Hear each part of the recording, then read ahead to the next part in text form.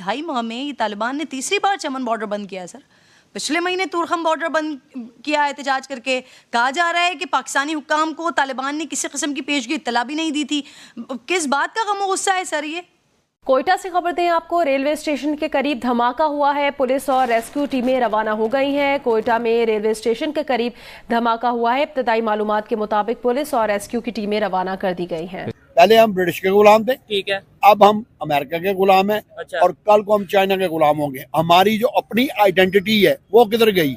हर रोज पाकिस्तान ये कोशिश कर रहा है कि चीजें नॉर्मलाइज हों पाकिस्तान के अंदर, लेकिन आज फिर सुबह बलोचिस्तान के अंदर बलोच लिबरेशन आर्मी का एक मजीद ब्रिगेड ग्रुप है, उन्होंने नहते अनआर्म्ड सिविलियंस पे हमला किया है। तालिबान से मैंने हम पाकिस्तान में रह के, क्योंकि हमारे यहाँ एक रिलीजियस फर्वर के हिसाब से हम बाद लोगों से बहुत ज़्यादा उम्मीदें वाबस्ता कर लेते हैं, और यही पाकिस्तान में हुआ कि तालिबान ने जब टेक ओवर किया तो हमने बहुत तालियां बजाई। 1947 में जिनसे अलग हुए थे, क्या आज वो भी गुलाम है? मतलब सवाल तो ये है। एक साइड पे रशिया के प्रेसिडेंट पुतिन, ये भी आज की स्टेटमेंट है, वो ये कह रहे हैं इंडिया को ग्लोबल लीडर्स में अपनी एक मतलब ये जगह देनी चाहिए ताकि अब इंडिया भी अपने फैसले कर सके, दुनिया के फैसलों में इन्वॉल्व हो सके। पाकिस्तान के जो फॉरेन मिनिस्टर हैं शाह महमूद कुरैशी साहब, उनका भी एक स्टेटमेंट है और वो ये था कि तालिबान के पास वापस कंट्रोल आने से गवर्नमेंट का अफगानिस्तान में टीटीपी क्या मजबूत होगी। अगर ऐसा होता है तो उसके असरात पाकिस्तान को भी भुगतने पड़ सकते हैं। तो पाकिस्तान के अंदर न सिर्फ ये कि इकोनॉमी को नुकसान पहुंचा, आपके रोड नेटवर्क को नुकसान पहुंचा, बल्कि बहुत सारे सोशल इवल्स इस मुल्क में आए। स्मगलिंग आई इस मुल्क में, क्लशनकोफ कल्चर आया, हीरोइन आई, ये सारे अफगानी लेके आए थे। लेकिन अब हर रोज पाकिस्तान के अंदर एक नया, जिसे कहते हैं ना कि चैलेंज हमारे सामने आता है। कल एक लड़का जिसका नाम तलत था, वो पंजाब यूनिवर्सिटी में पढ़ता था, और वो मेरा क्वेश्चन ये है, अगर आज पुतिन बात कर रहा है कि इंडिया को आप स्पेस दें, इंडिया को आप प्रमोट करें, वो पाकिस्तान के बारे में क्यों नहीं बात करता? क्योंकि उनको पता है कि पाकिस्तानी गद्दार कौम है। गद्दार नहीं, ये वो कौम है जो वेंटिलेटर पे। और वहां पर जो सूरत हाल है, अब 250 के करीब अजला पर तालिबान वापस काबिज हो चुके हैं, और जो अफगान गवर्नमेंट के सोल्जर्स थे वो सरेंडर कर रहे हैं। उनके सामने बहुत सारी जगहों पे तो बगैर रेजिस्टेंस के सरेंडर कर रहे हैं। तालिबान से मैंने हम पाकिस्तान में रह के, क्योंकि हमारे यहाँ एक रिलीजियस फर्वर के हिसाब से हम बाद लोगों से बहुत ज़्यादा उम्मीदें वाबस्ता कर लेते हैं, और यही पाकिस्तान में हुआ कि तालिबान ने जब टेक ओवर किया तो हमने बहुत तालियां बजाई।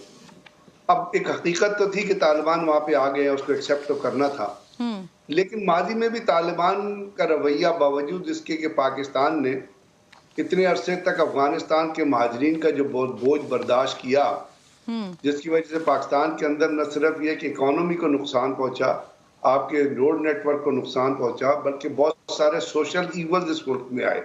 स्मगलिंग आई इस मुल्क में, क्लशनकोफ कल्चर आया, हीरोइन आई, ये सारे अफगानी लेके आए थे और आज तक लेके आ रहे हैं, क्योंकि इनके एथिक्स की बहुत ज्यादा कमी है। अब तालिबान भी उसी के रिप्रेजेंटेटिव हैं। इनका बड़ा नैरो विजन है दुनिया का, और इसी नैरो विजन की वजह से ये मार खाते हैं और यहाँ पे बार बार लड़ाइयाँ होती हैं। अब अगर सोचने की बात है कि अफगानिस्तान के अंदर जो प्रॉब्लम है, उस प्रॉब्लम का हल क्या बॉर्डर क्लोजर से हो जाएगा? बॉर्डर बंद करके नुकसान जो है वो पाकिस्तान को ज्यादा होगा या अफगानिस्तान को ज्यादा होगा?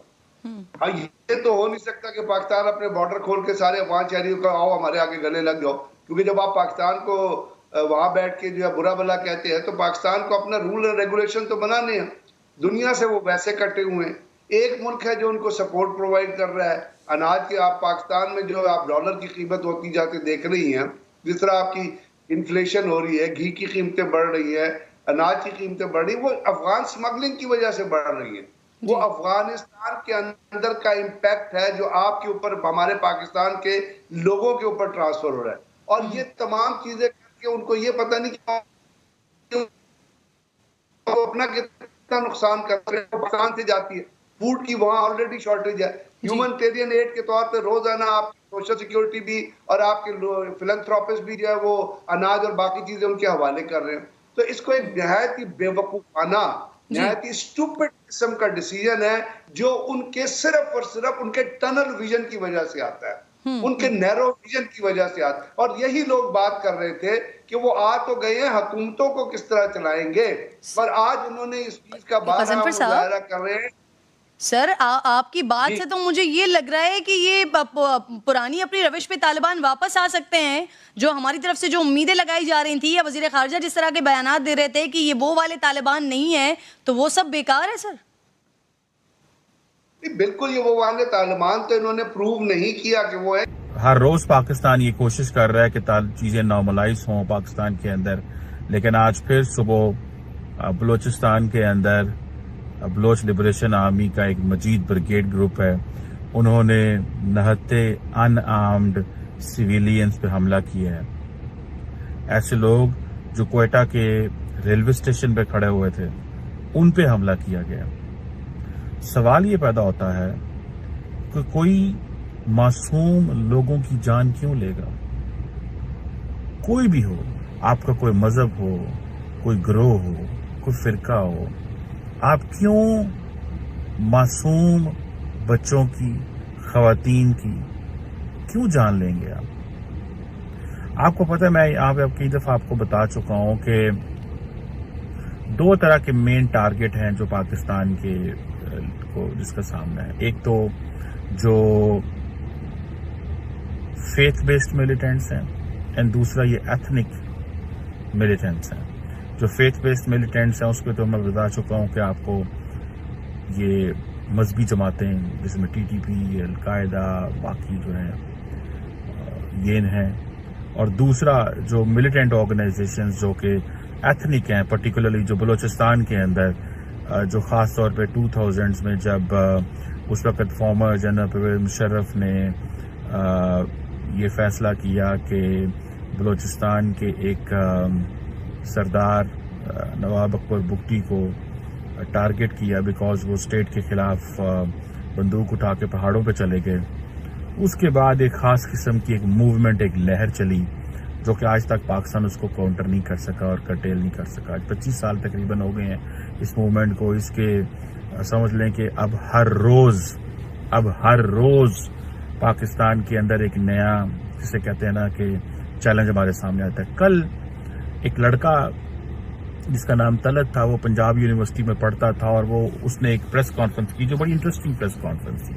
उसमें उसने ये कहा कि हमें ये कहा जाता है कि हम पंजाबियों के खिलाफ लड़ें, हम पाकिस्तान की फौज के खिलाफ लड़ें, और कहता है कि मुझे पहाड़ों पे ले गए और वहां पे जाके उन्होंने हम पे ये कहा कि हमें